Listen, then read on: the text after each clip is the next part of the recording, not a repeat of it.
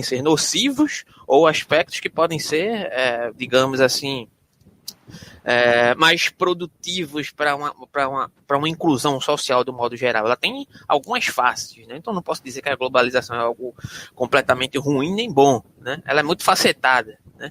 Agora, você tem como regredir no aspecto da globalização? Não, você tem como regredir no aspecto da evolução tecnológica e de que pessoas muito em breve, vão perder empregos e funcionalidades que vão ser substituídas por inteligências artificiais. Não tem como você retroagir na história. Agora você tem como estabelecer outras políticas públicas que podem dar mínimo suporte a essas pessoas, né? Como a questão da renda básica, né? Que até anos atrás era algo inimaginável, hoje em dia se menciona por conta da crise pandêmica, né? De certa maneira, chega a se mencionar isso, né?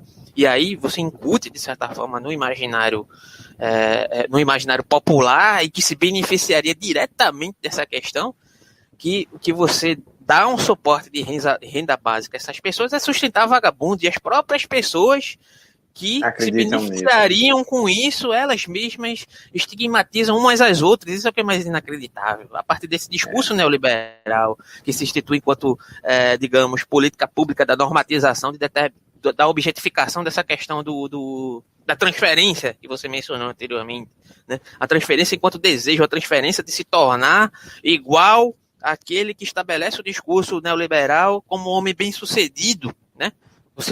Cara, isso é absurdo. Essa questão das horas extras mesmo que a Ana falou, isso aqui eu vivo há muito tempo aqui no Brasil, desde 5 anos atrás, quando se falava em flexibilização dos direitos trabalhistas, e quando você se levantava contra essa questão da flexibilização dos direitos trabalhistas, qual era o discurso que vinha à tona? Era o discurso de que se não flexibilizasse os direitos trabalhistas, não ia ter emprego. Se não flexibilizasse os direitos trabalhistas, você não ia ter onde trabalhar. Se não flexibilizasse os direitos trabalhistas, ia ser muito pior. Esse era o discurso. E as próprias pessoas, enquanto trabalhadoras, estavam lutando por menos direitos do que por mais direitos. E isso é o que o discurso neoliberal faz com a mentalidade da população a nível de proletário. Aliena o proletário da sua própria condição, cara. E aí não se trata de você ser comunista, de você ter um mínimo de senso de realidade. Porque se você não consegue enxergar isso, como é que você vai viver no mundo? Você vai servir para levar chibatada e sorrir a partir disso. Não tem outro caminho, cara. Não tem outro caminho. Eu vivi isso diretamente no aspecto do meu trabalho, onde eu tentava dialogar com determinadas pessoas sobre essas questões, e elas só vieram até a mim num último momento, quando elas estavam prestes a levar uma justa causa nas costas, injustamente porque o chefe de setor se aproveitava dessas questões da flexibilização dos direitos trabalhistas para fazer o que queria, né? Por exemplo, você fazia uma hora extra, né? E aí, como a Ana elencou, não era pago, porque já não era pago há muito tempo, porque a flexibilização dos direitos trabalhistas permitia isso, que fosse pago com horas, e mesmo assim o cara pagava a hora quando ele queria. Você não podia pedir folga quando você queria. Era quando a empresa quisesse disponibilizar a sua folga na hora que ela queria, da maneira que ela queria. Já não bastasse você não ser pago. Para ajustar o trabalho à demanda, né? Para ajustar a demanda neoliberal, que é ela que rege o aspecto do trabalhador, enquanto ela se implementa no imaginário dele. E ele bate palmas para isso, ele considera isso, na verdade, de um modo geral, algo que não pode ser de outra forma. Algo que não pode ser de outra forma. Ou seja, se não for assim, vai ser muito pior, porque amanhã a gente não vai ter o que comer, né? A gente não vai ter que trabalhar. Essa é a mentalidade que é incutida na cabeça das pessoas, sabe? E aí, de certa forma, o que aparece aqui é a questão de Marx, que eu queria trazer, porque tem várias questões de Marx que se faz presente, e eu levava até um livro de Marx, os manuscritos econômicos e filosóficos, no qual ele tem um início espetacular, né? E é extremamente desanimador para quem é trabalhador de carteira assinada, trabalha para os outros, mas eu fazia questão de mostrar para ver se as pessoas se impactavam de alguma forma com aquilo, né? Porque no início ele é bem claro, né? E aí, o que eu queria trazer é a questão do fetichismo, e aí eu vou ler aqui um trecho do que seria essa questão do fetichismo da mercadoria.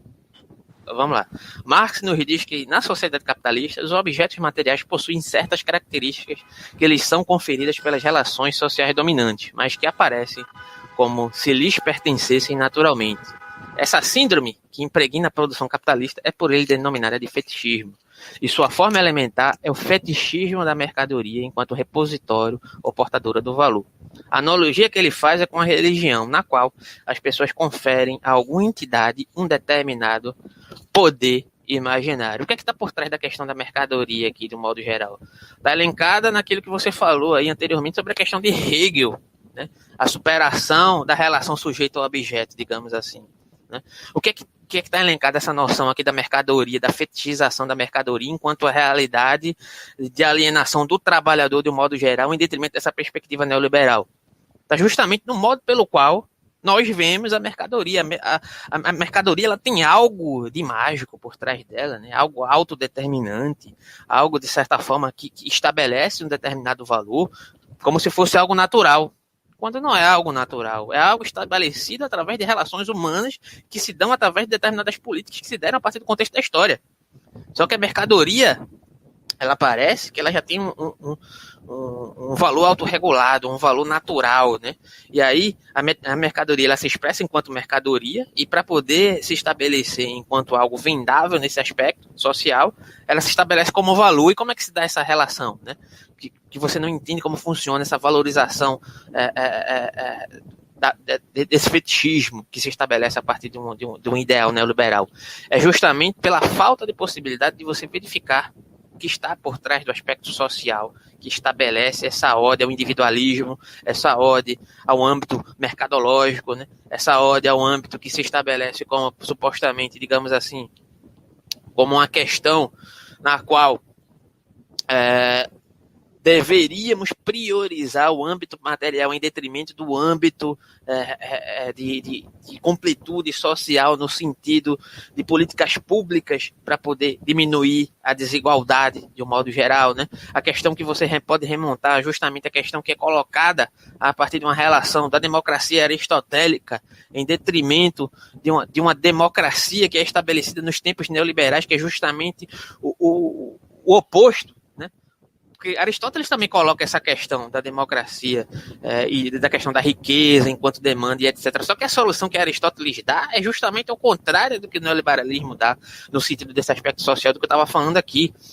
Por exemplo, a solução que o neoliberalismo dá para resolver determinados aspectos de demanda social é reduzir a democracia. Por exemplo, a questão dos direitos trabalhistas. Se há uma crise, se há um problema de déficit de arrecadação no Brasil, a solução que a política neoliberal dá é diminuir os direitos trabalhistas e dar um favorecimento a quem já tem concentração de renda. O próprio Aristóteles, em A Política, a solução que ele dá é o contrário, né? Se houver uma determinada demanda de diferenciação social que vai trazer uma determinada crise, Aristóteles supõe que pode haver uma revolta.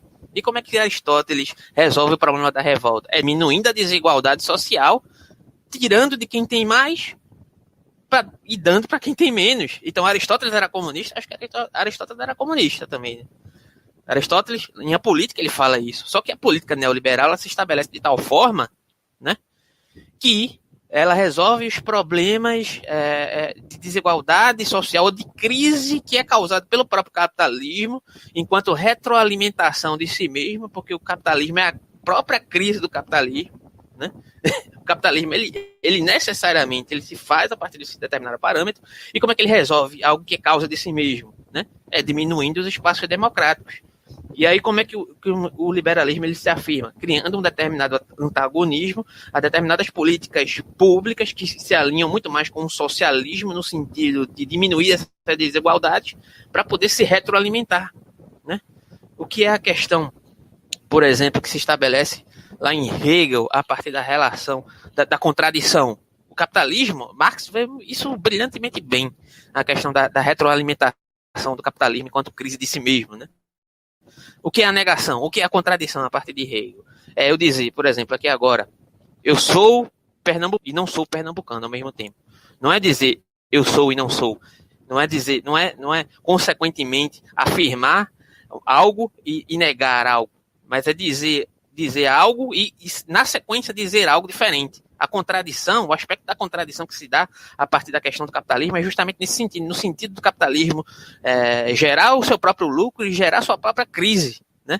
Então, para poder se justificar, ele tem que se justificar em fatores externos a ele mesmo. nesse sentido.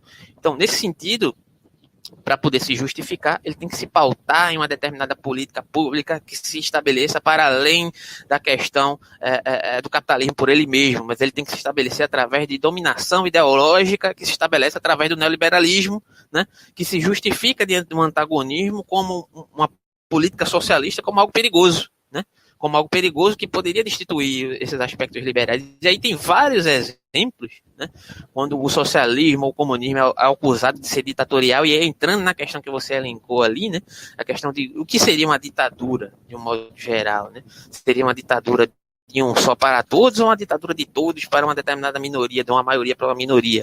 Ela pode se dar em vários aspectos. Lá na República de Platão, Platão elenca o problema da democracia, né, a partir de um problema da democracia que Platão elenca lá, né, que é justamente por dar espaços, digamos, à mediocridade. Né? Se você supõe que todos são iguais, então qualquer um pode exercer qualquer cargo. Isso diante do âmbito democrático, como Platão via a democracia naquela época. Né? Não façamos transplantes anacrônicos aqui, mas há determinadas concepções que podem ser coadunadas com a realidade atual nesse sentido. Né? Ele diz o quê? Que a política democrática ela se estabelece a partir de uma política de interesses. Isso naquele âmbito da Grécia. Né? E a partir dessa política de interesses, nem sempre os mais capazes vão ser elencados para determinados cargos. Né? O que deveria ser colocado como uma questão consensual de uma saúde da sociedade naquele determinado aspecto. E quando você estabelece uma abertura dentro desse ambiente democrático, para que indivíduos se estabeleçam e perdurem dentro desse ambiente a partir dos seus próprios interesses, você abre a possibilidade, inclusive, para o autoritarismo. Isso Platão elencando lá, de acordo com alguns problemas diante da instituição do ambiente democrático. Né? Então, você trazendo para a questão atual, a democracia, de certa forma, por mais que seja a melhor forma da expressividade política, da possibilidade de a gente poder sanar os problemas sociais, do modo geral, econômicos, etc., né? Ela permite um determinado espaço para que democraticamente alguém se estabeleça de forma autoritária. E não é o que aconteceu aqui no Brasil. Né? Democraticamente o indivíduo autoritário foi eleito. Democraticamente ele está acabando com o Brasil. Democraticamente ele está exterminando 400 mil brasileiros. Exterminou já. E crescendo. Né? Democraticamente ele está aí estabelecido. Né? Então, não é que a gente não quer democracia, a gente não quer determinados problemas que estão se repetindo acerca desse âmbito democrático, através desse discurso neoliberal. E como é que a gente pode diminuir esses espaços? Não sei, talvez discutindo aqui sobre isso na internet, tentando conscientizar e atingir mais pessoas acerca disso de um modo geral. Não sei, cara. Isso aqui não dá para ficar parado aceitando e engolindo esse discurso, retroalimentando esse discurso neoliberal, que só causa adoecimento, que causa crise e problemas psicológicos à torta e à direita nas pessoas. As pessoas não conseguem se incluir socialmente de modo geral, como ela elencou ali o problema da menina que não consegue, que desenvolveu determinados problemas psicológicos, porque ela não consegue se inserir no mercado de trabalho. Né? E talvez mesmo que ela se insira no mercado de trabalho, ela pode continuar adoecendo através da retroalimentação do próprio sistema de trabalho. Né? Como eu cansei de ver no ambiente onde eu trabalhava lá, pessoas com problemas psicológicos dos mais diversos. Né? E aí vai para a questão de como a própria psicologia e a psiquiatria retroalimentam o próprio sistema da qual ela faz parte, de um modo geral, né? No sentido de dizer, é o seguinte, toma aí 15 dias de atestado, esse remedinho, e volta para o trabalho, volta para a normalidade, porque é isso que você tem que fazer, é isso que lhe resta. É tomar o remédio, é tomar o Rivotril, é tomar o que seja lá o que for, para poder voltar para o mercado de trabalho no sentido utilitário, porque você tem que se responsabilizar, inclusive, pelo seu adoecimento mental. Porque o único responsável pelo seu adoecimento mental é você mesmo. E você que se vire, você tem que continuar sendo produtivo para a sociedade. Né? É isso que o discurso neoliberal impregna na sua cabeça, e se você se nega a incluir nesses aspectos, você é tido como alguém, um outro, como um anormal, como alguém que não se enquadra, como se você devesse se sentir mal por isso. Né? Você é excluído, você é responsabilizado, você é estigmatizado. Né? E aí, tem uma matéria que eu mandei, inclusive, para a Ana, que fala sobre como as políticas neoliberais, de um modo geral, sempre estiveram alinhadas com governos ditatoriais, diferentemente do que o discurso neoliberal gosta de se apropriar, de acusar políticas socialistas e comunistas de estarem alinhadas com aspectos ditatoriais, quando, na verdade, historicamente e comprovadamente, as políticas liberais sempre estiveram alinhadas com governos ditatoriais.